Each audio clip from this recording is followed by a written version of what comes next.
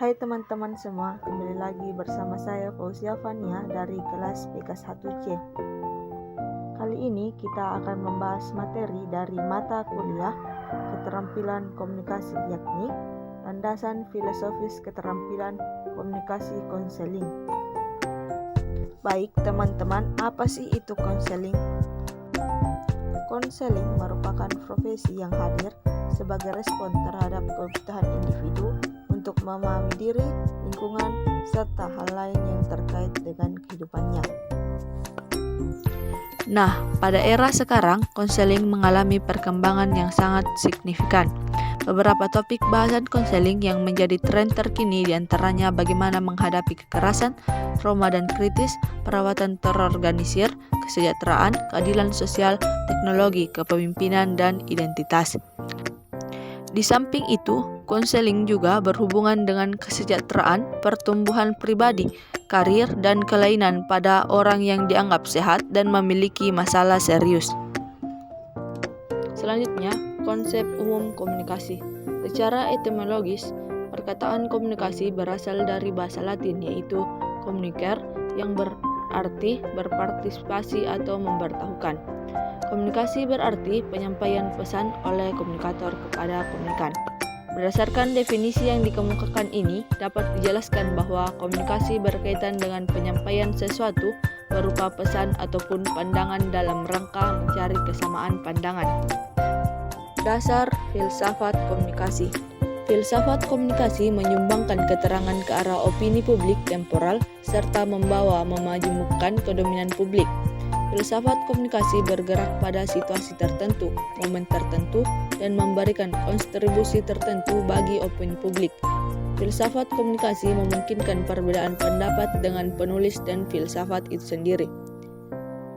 Bidang dasar filsafat komunikasi ini menjadi perhatian lebih karena berkaitan erat dengan aktivitas keseharian individu.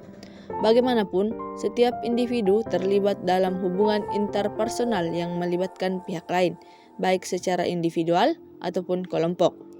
Dalam hubungan tersebut, setiap individu akan berinteraksi melalui komunikasi. Pemahaman tentang filsafat komunikasi sangat diperlukan oleh setiap individu, terutama bagi individu pengemban dan pelaksana profesi yang mengharuskan adanya interaksi dengan individu dan kelompok lain.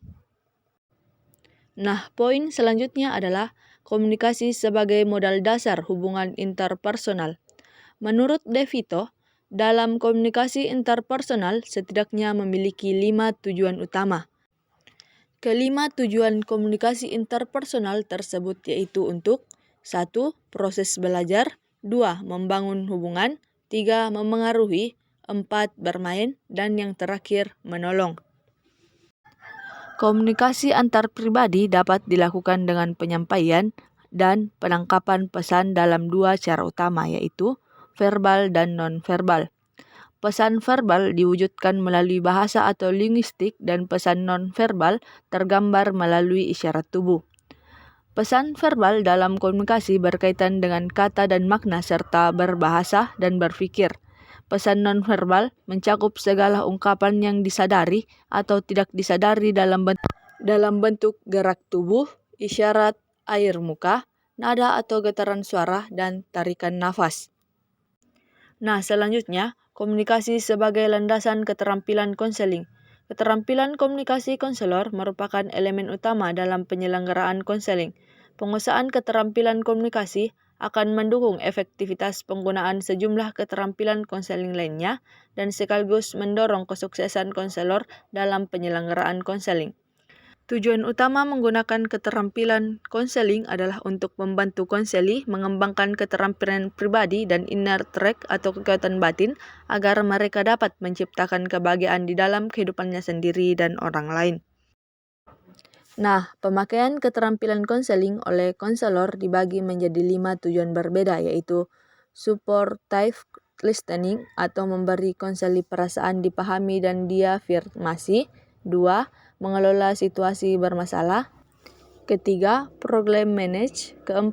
Mengubah keterampilan buruk konseli yang menciptakan masalah bagi konseli.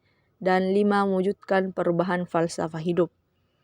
Tentunya, kelima tujuan keterampilan konseling ini diselenggarakan oleh konselor dengan media komunikasi, baik melalui bahasa verbal dalam wujud penyampaian kalimat atau kata, ataupun melalui isyarat tubuh ataupun bahasa nonverbal.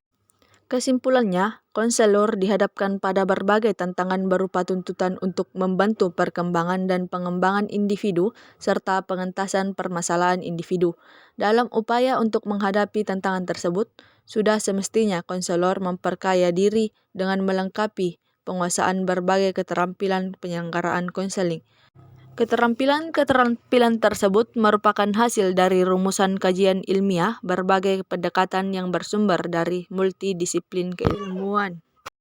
Mungkin cukup sekian video kali ini, sampai jumpa di video selanjutnya.